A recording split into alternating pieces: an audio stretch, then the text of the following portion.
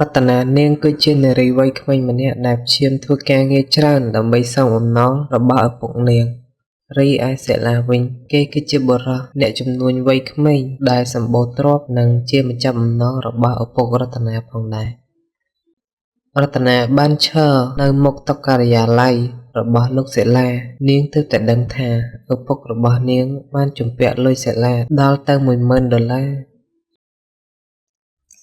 ខ្ញុំសូមអង្វរលោកសូមគម្រប់អុសផ្ទះរបស់យើងអីខ្ញុំនឹងសងលោកវិញតែសូមពេលបន្តិច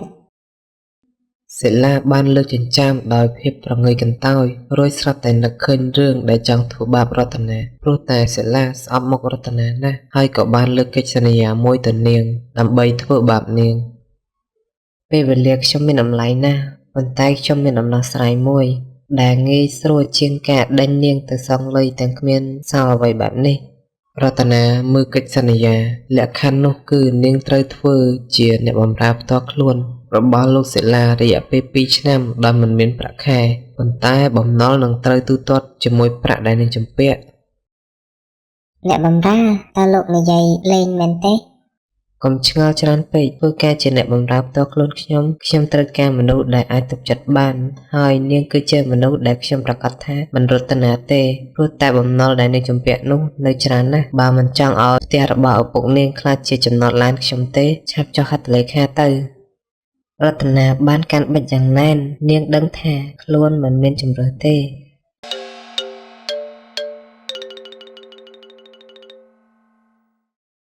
រតនាក៏ចុះហត្ថលេខាដោយស្ទាក់ស្ទើរ ជីវិតជាអ្នកបម្រើផ្ទាល់ខ្លួនរបស់លោកសិលាគឺដូចជានរកបន្តិច ការងារច្រើនឥតគណនា ពីការរៀបចំឯកសារផ្ទាល់ខ្លួនផង រហូតដល់ការរៀបចំកាលវិភាគប្រចាំថ្ងៃ និងថែទាំផ្ទះទៀត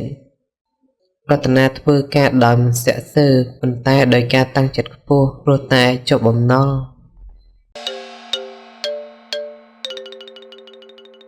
ណែនាងឆាប់ទៅយកទឹកឲ្យខ្ញុំបន្តិច ហើយទឹកនៅក្បែរលោកនោះក៏មិនផឹកទៅ ខ្ញុំមិនផឹកទេ តើតានាងទៅយកឲ្យខ្ញុំមិនខ្ញុំផឹក មនុស្សស្អីចរិតអាក្រក់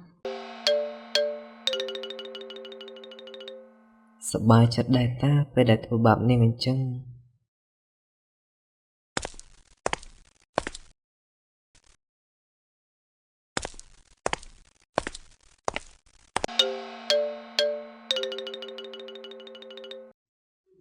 ថ្ងៃមួយរតនាមានអារម្មណ៍ថាមិនស្រួលខ្លួន នាងសង្កេតឃើញថាលោកសិលាក៏ជាបារម្ភពីនាងដែរ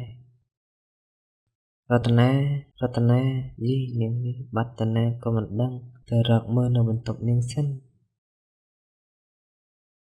ណែនាងស្មាននឹងហើយនៅដេកដល់ណាទៀត មិនក្រោកទៅជួយធ្វើការទេអី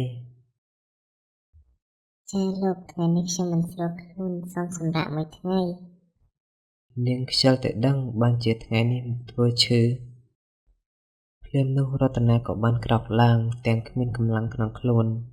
ដោយហេតុនាងគ្មានកម្លាំងធ្វើឲ្យនាងដើរបន្តិចក៏ស្រាប់តែដួល អូនាងយ៉ាងម៉េចហើយមិនអីទេថ្ងៃនេះនាងសម្រាកចុះ មិនចាំបាច់ទៅធ្វើការរបស់នាងទេ